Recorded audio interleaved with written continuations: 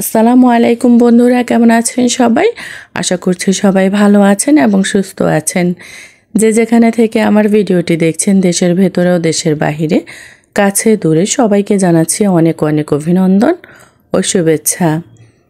আজকে হলো মেলায় যাচ্ছি।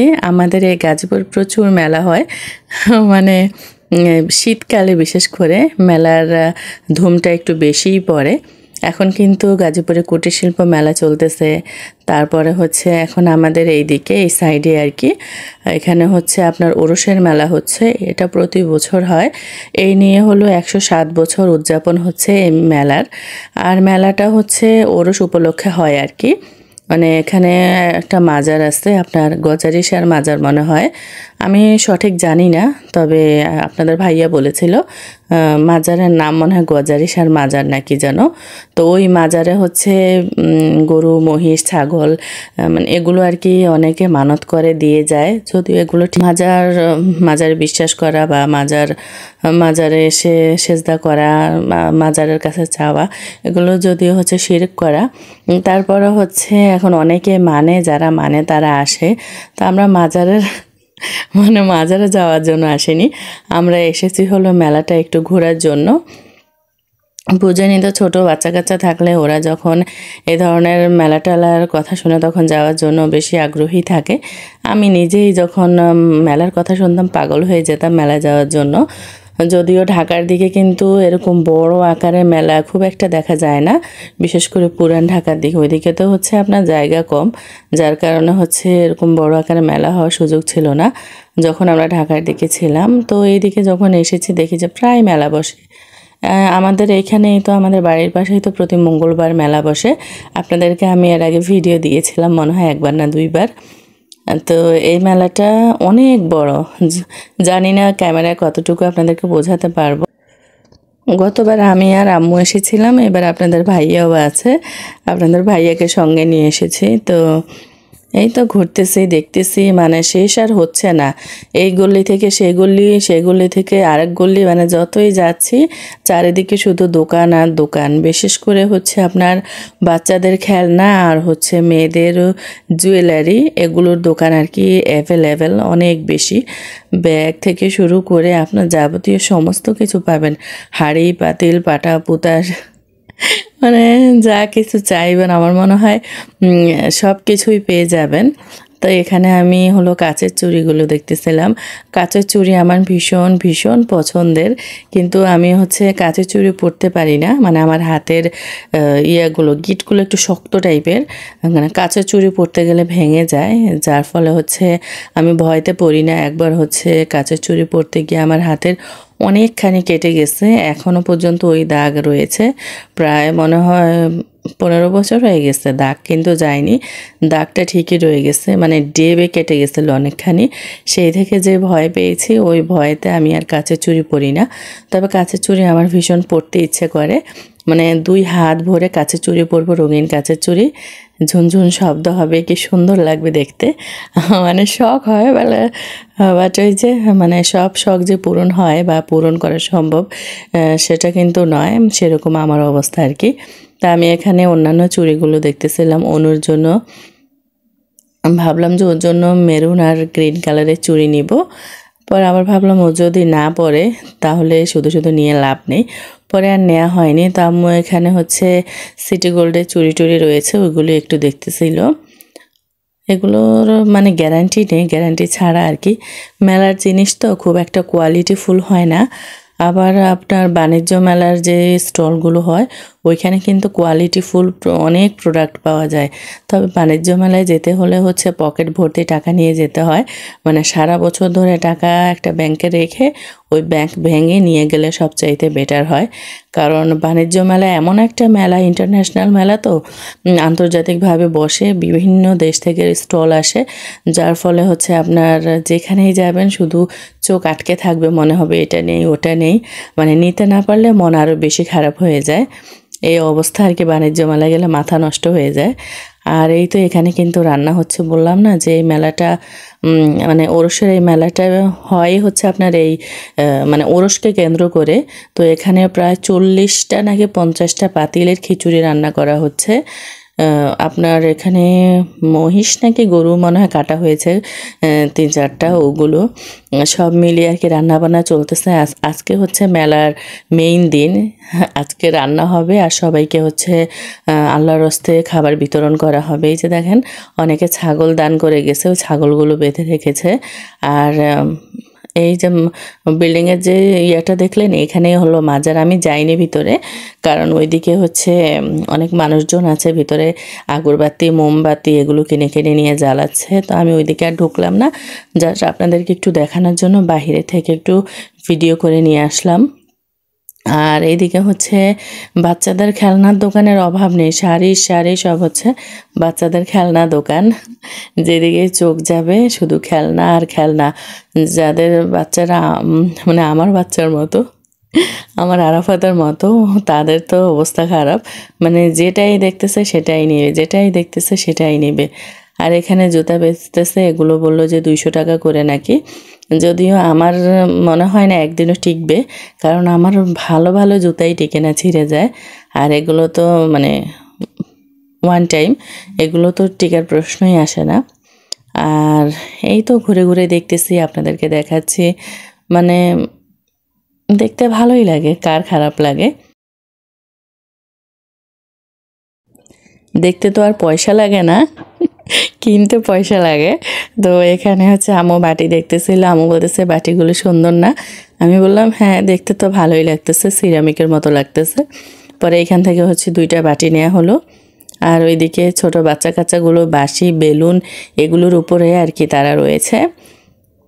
ওই পাশে দেখলাম যে সিমিলার কাপ প্লেট বাটি, মানে বাটির সঙ্গে ম্যাচ করা আপনার ডিনার সেট টাইপের আছে। আম্মু বললো প্লেট নেবে নাকি, কিন্তু প্লেটগুলো আমার কাছে ভালো লাগতেছিল না। পরে আম্মুকে বললাম আম্মু বাটি পর্যন্ত ঠিক আছে, কিন্তু প্লেট বা কাপ আমার ভালো লাগতেছে না।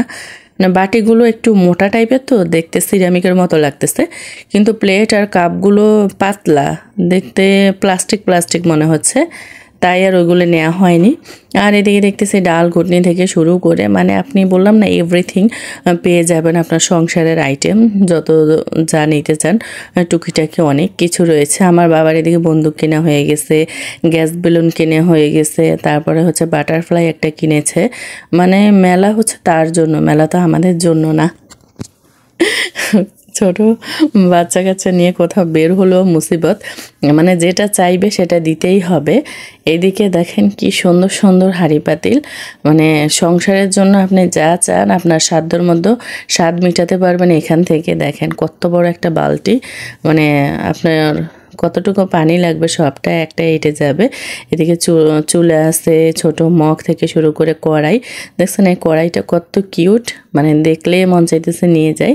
তবে আমার মেয়ে নেই, যদি মেয়ে থাকতো তাহলে ওর জন্য সেট মিলিয়ে এক সেট নিয়ে নিতাম। এদিকে হচ্ছে গরম গরম জিলাপি ভাজা হচ্ছে, তাই আপনাদেরকে দেখানোর জন্য নিয়ে আসলাম। এই দেখেন এখানে গরম গরম একদম দেয়া হয়েছে সবে মাত্র, জিলাপিগুলো ভাজা হবে, ভেজে হচ্ছে রসে ফেলা হবে। আর ওইদিকে আপনার ফুচকা চটপটি তারপরে আচার, মানে কি নেই মেলাতে। আর ওই পাশে হচ্ছে বাচ্চাদের স্লিপার রয়েছে, যদিও আমার ছেলেকে উঠিয়েছিলাম কিন্তু ও একবার উঠে ভয় পেয়ে কান্না করা শুরু করছে, আর সেকেন্ডবার উঠেনি। 5 মিনিটের জন্য মনে হয় 30 টাকা নিয়েছিল। এদিকে হলো প্লাস্টিকের ফুল, মাটির তৈজসপত্র সব কিছুই আছে। তো আমি মাটির কিছু দেখতেছি না, আমি এখানে প্লাস্টিকের ফুল নিব একটা ডাইনিং টেবিলের জন্য। ডাইনিং টেবিলে ছোট্টর মধ্যে একটা ফুল রাখলে দেখতে ভালো লাগে, বড় ফুল ভালো লাগে না ডাইনিংয়ে। তো আমি ওইখানে ফুল দেখাতে ব্যস্ত ছিল বের করা নিয়ে, তাই আমি এদিকে একটু কাপ পিরিচ দেখতেছি, সুন্দর লাগতেছে। মাটির কাপ পিরিচ আমার বেশ ভালোই লাগে। এখন কিন্তু মাটির যে ডিনার সেট খুব ট্রেন্ডে আছে, মানে খুব চলতেছে। সামনে আবার হচ্ছে আপনার এপ্রিল মাসে পয়লা বৈশাখ আছে, তখন কিন্তু মাটির এই ডিনার সেটগুলো খুব চলে। মানে সবাই হচ্ছে একদিনের জন্য বাঙালি হয়ে যায়। মাটির থালায় করে পান্তা ভাত খাওয়া, তারপর হচ্ছে মাটির হাঁড়িতে রান্না করা। আমি কিন্তু অনেক আগে মাটির হাঁড়ি পাতিল কিনে এনেছিলাম, এখনও পর্যন্ত রান্না করা হয়নি। আসলে ভয় লাগে, মানে মাটির জিনিস তো, যদি ফেটে রান্না করতে গেলে সব পড়ে যায়।